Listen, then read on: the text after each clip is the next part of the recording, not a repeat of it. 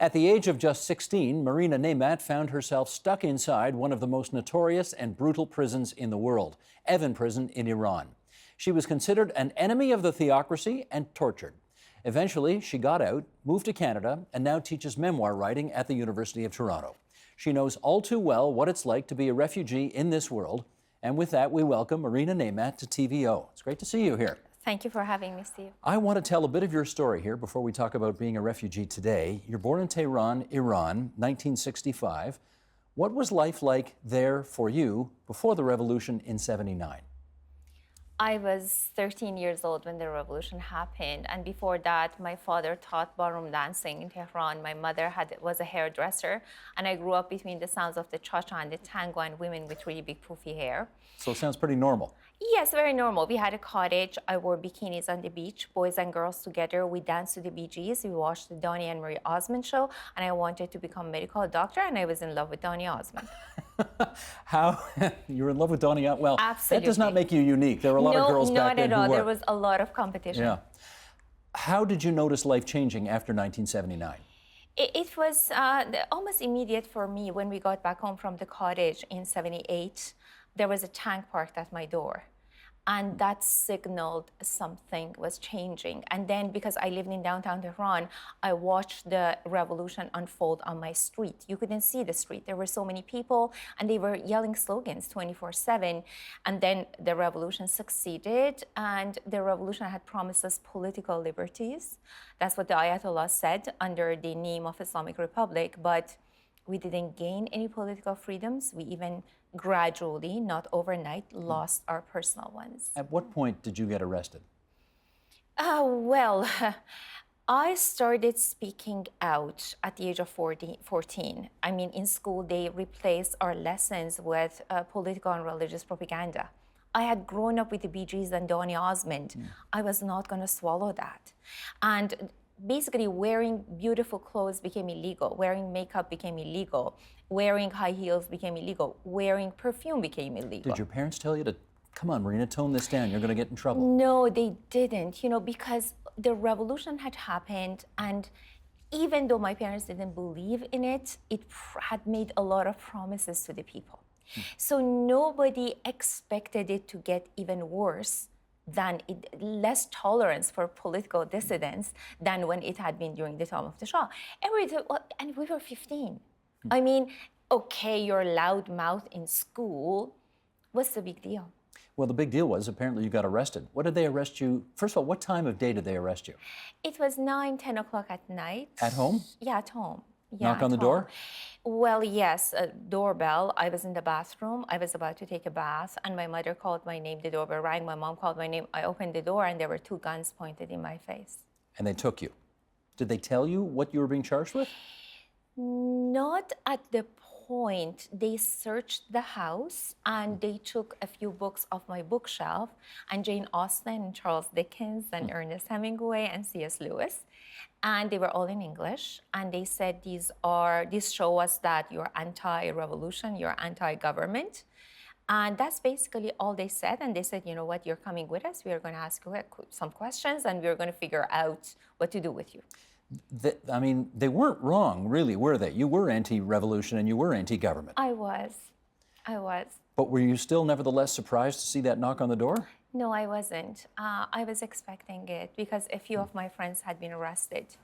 And I knew that sooner or later. I was basically just counting the days. They sent you to Evin Prison, which we know is one of the most notorious places in the world. How long did you think you'd be there when they took you there? One night. How long were you there for? 2 years, 2 months, 12 days. And at 16, that's a large part of your... I mean, now 2 years to me, you blink and 2 years is gone. But when I was 16, that really felt like a lifetime. What happened to you once you were there?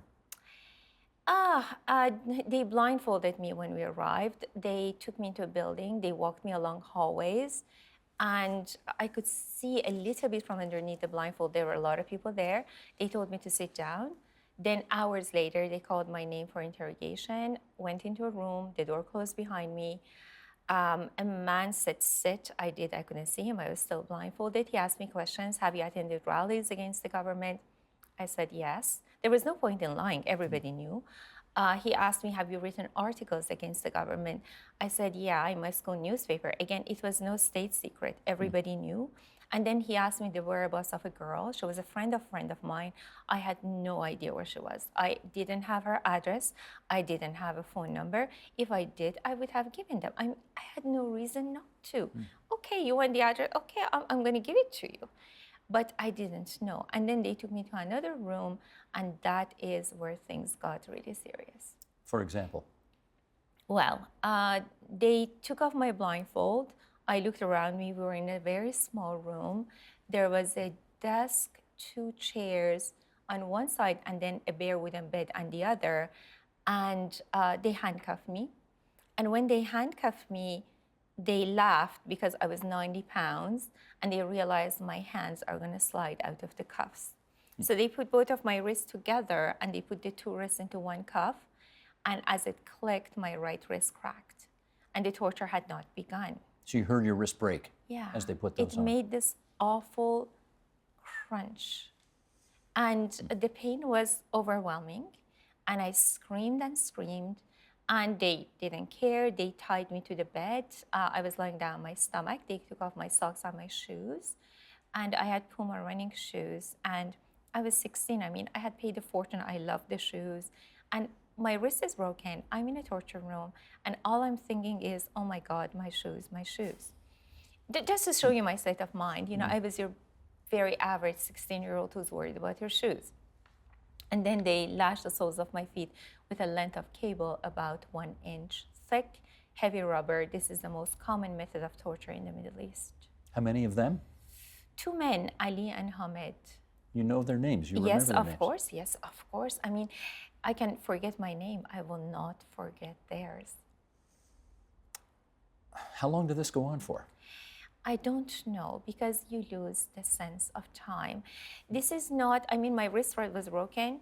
I didn't feel it anymore. It was as if nothing existed against the pain. And the pain, it is nervous pain because your nerve ends are in your feet. It's like exploding with every strike. And then somehow magically you're put back together, and then you're exploding. It's just this constant thing. And you can't think. You can't do anything. It's just pain. You just, I don't know. I don't know how long. What did they want from you at the end of the day? The thing is, now later looking back, I realized that they were not even pausing to ask questions. You know, okay, you beat the girl, 5 times, then you say, okay, like, whatever you want to ask, right? But no, they kept going.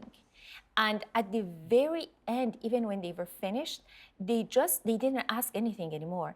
They gave me documents to sign. And they just said, your name here, and I didn't even read. I don't know what I signed.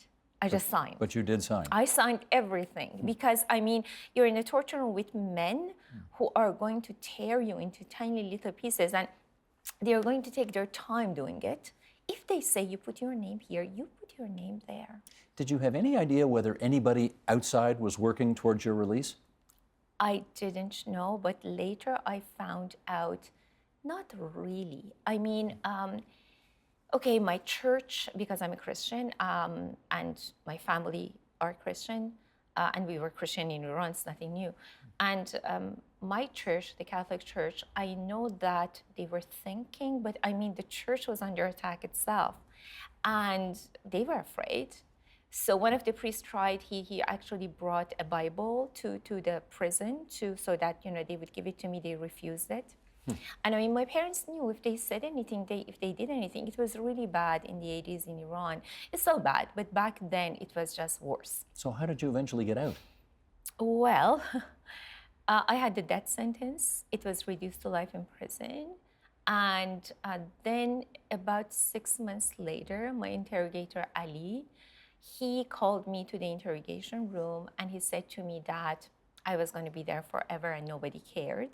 And he said, you're going to become my wife, or I will arrest your parents, and that's it.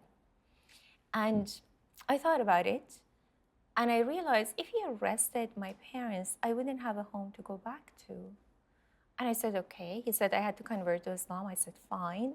He even changed my name. And I basically became this guy's wife in prison at the age of 17. I was not released or anything. It was basically legal rape. That's what it was. And 15 months after we had been married, he was assassinated by a rival faction of the government. And his family, who were just nice people, surprisingly so, they fought for my release. They bribed. I don't know what they did, but they got me out. How is it possible that you are as normal as you are today, given what you've been through? You know what? Don't know. I'm not normal. You see me. I don't know what the measure of normalcy is. People see me today, and you know what? I smile. I'm a fun-loving person. I love getting together with friends. Well, that's three indications of normalcy right there. No, it's not though. You have to realize that I have post-traumatic stress disorder. Now, post-traumatic stress disorder is known as a silent killer. So for about 16 years after my release, I didn't show any symptoms. And that's what happens to PTSD sufferers until one day we do. And then I had a psychotic episode. So what you see today, I have PTSD, but it's under control, it's in remission. My episodes are terrifying, and it can happen anywhere, anytime. And they still happen? Yes, they do. The last one I had was months ago, and it wasn't as severe, but they can get very severe. I keep running around wherever, like I start running, and as if I'm escaping from something, which in my mind I am. And then I feel this sense of fear and disgust. And the only thing that can calm me down is I bang my head really hard against something really hard. And so you know what, when you see that, you will know that I'm not normal. It's kind of like having cancer, but it's cancer of the soul. So yeah, I have my good times. And when I have my good times, there is no way you would know that I have anything with me. But then when I have my bad times, talk to my therapist and, we'll let you know. At some point, obviously, when you got out, you decided, enough of Iran, I'm going somewhere else. How did you decide on Canada? My brother was here. My brother, he was the smart one. He's 14 years older. He left Iran right after the revolution. So just before the Canadian embassy was closed, he came to Canada. So he was here. He was a Canadian citizen. He said, it's great. And I mean, you have the world out there and you need a safe place. So Canada was it. And did you go through the refugee process? We intended to. So we went to Spain and we went to Caritas, which is a Catholic refugee agency. And the man there said, guys, we had documentation. We had letters from our church that told them what had happened to us in Iran. So it was all documented. But they said, guys, it's going to take you 3 years to get to Canada. And back then... In a refugee system? As refugees, yeah. And this was in 1990. So we were in Spain, in Madrid, at Caritas. And then the guy looked at our documents and he said, guys, you speak English very fluently. You are educated. My husband is an engineer. He had published internationally. And he said, you know what, I'm going to send you to the Canadian embassy and let's see what the Canadians are going to do. Went to the Canadian embassy. They were really helpful. They sent our documents to Ottawa to be verified. And then in the meantime, they said, guys, you have family in Hungary, go there because there's no backlog in Hungary. The immigration office had just opened. We went there. And there they called us and they said, you know what, we are going to take you as immigrants. You're qualified. Why do you want to go as a refugee? I mean, just come on over. You're qualified. You speak English. You're great. You have no money? No problem. So how long did it take? 10 months. 10 months instead of 3 years? Yeah. So that's preferable. It was fantastic, yeah. Well, I'm sure as you watched and have watched Syria melt down over the last several years and have considered the plight of the refugees coming out of that place, I mean, there are echoes of your own situation there to a certain extent. How do you think the world's done at dealing with that situation? Not very well. I actually work with various human rights organizations, and at my church, for example, we have sponsored 5 families. None of them happen to be Syrian. And unlike popular belief, I mean, in Africa alone, there are about 9 million refugees. Did you know that? That's a big number. And Syria is also a big one. I work with PEN Canada. I'm on the board. And there also we help refugees. And I work with other human rights organizations. We have failed refugees. I mean, Who's the we, Marina? I mean, Germany hasn't failed, surely. no, Germany has not failed. And I was just recently in Europe, but I have to say that Germany is the only country that has not failed. Yes, the Scandinavian countries have done well, but I was in France and they have not done that great. I mean, not good at all. Actually, I was shocked with the anti-immigrant, anti-refugees, and with the hate that I encountered in France. It shocked me. And I have seen hate everywhere. I have seen it even in the Scandinavian countries. How about in Canada?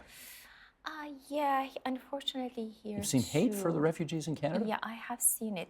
I mean, Canada has done really well. And I mean, Canada has taken me.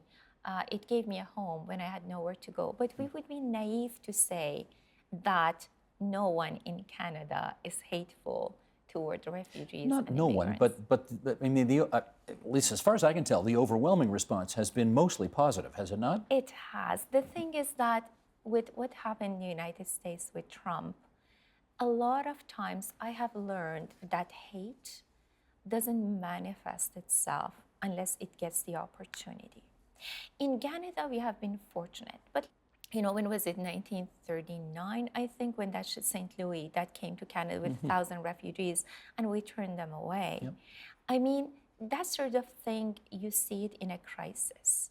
And right now there is a crisis, but we have been in a bubble. It's far away. When you're in southern France, where the refugees are actually landing, that is when it hits you, that the French people in south of France are scared. Do you think we're more sensitive to the plight of refugees worldwide today compared to, say, when you were trying to get out of Iran? To be honest with you, I don't know. I'm not sure. Actually, I think maybe back then in some ways it was easier because there was no crisis. It was just a small number of people trickling in. So right now what I found in south of France was that people were afraid that there are so many refugees coming in that their way of life, their laws, their religion, everything was under threat. So I can see that. We don't really have it at that scale in Canada. Like in the United States, they have it with the Mexicans. And look at the sentiment there. Well, let me follow up on that, because Yeah. I do want to ask you, this is a bit of a complicated and problematic question, but let's go for it anyway here. Oh, absolutely. You know, one of the lessons that's come out of the American election is that there were millions of whites in the United States who have felt that the last 25, 30 years has simply passed them by, and now they watch some of the world anyway responding generously to refugees, and they, I guess, start to think to themselves, where was all this generosity towards us when we were losing our jobs, when we were losing our homes, when the world was passing us by? Do you, I'm not sure what the right word is here, do you have sympathy for their position? I have sympathy for everybody. I mean, if my husband were to lose his job, and if our livelihood were in danger and we couldn't pay our bills, I mean, of course I would be concerned. But this, And maybe less generous towards refugees? maybe, yeah. I mean, if I have no money to feed myself, how am I going to feed the refugees? I totally understand that. At the same time, because I have lived both experiences, I have lived in Canada with not enough money to pay my bills, and I have lived with bombs falling out of the sky during the Iran-Iraq war, and I have been a political prisoner. I have perspective over both. And I say it from my heart that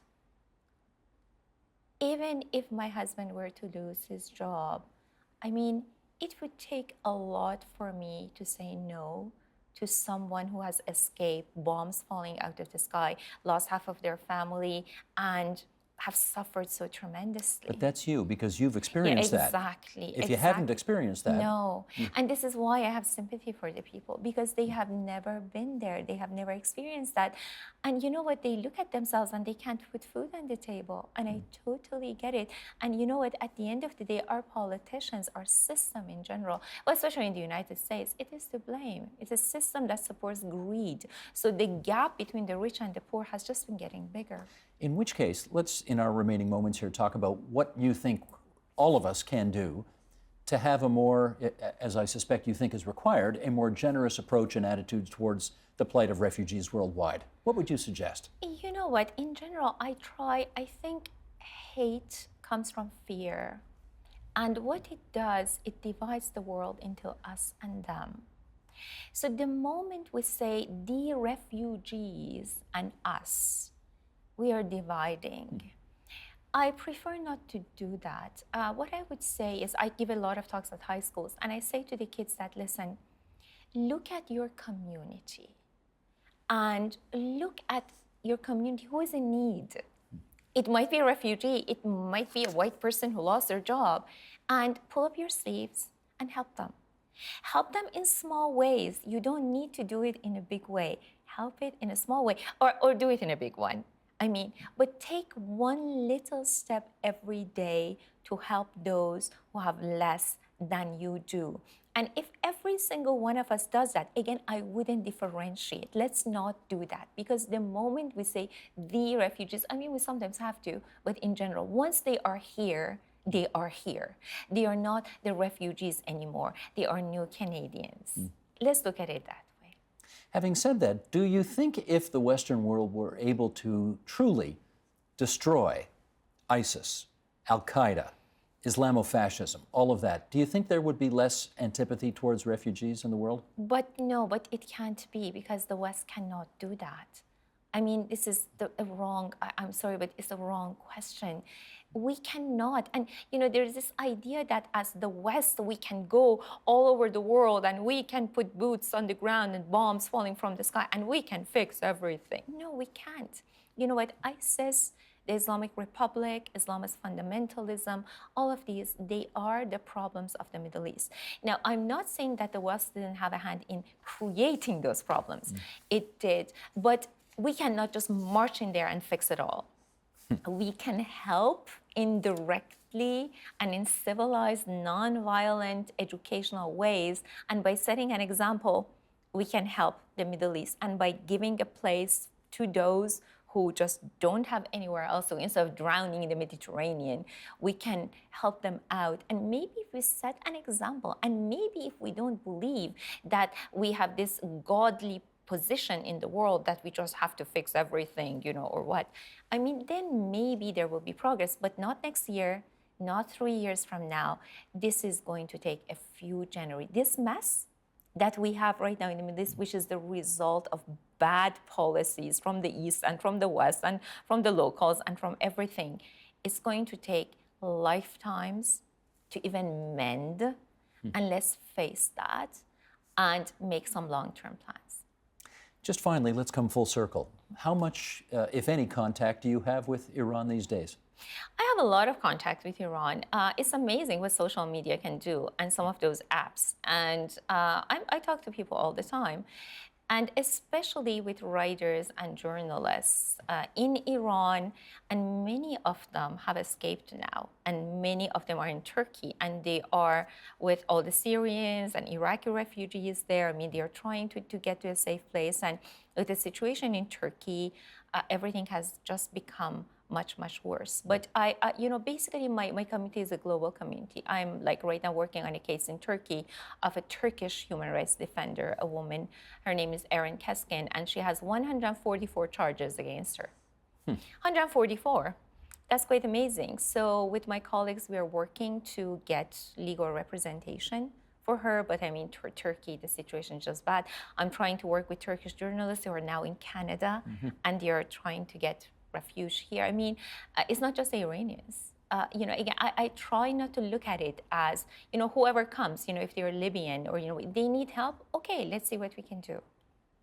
I can't thank you enough for sparing some time for us tonight here on TVO. Marina Nemat, University of Toronto School of Continuing Studies. Thanks so much. Thank you so much, Steve. Help TVO create a better world through the power of learning. Visit TVO.org and make a tax-deductible donation today.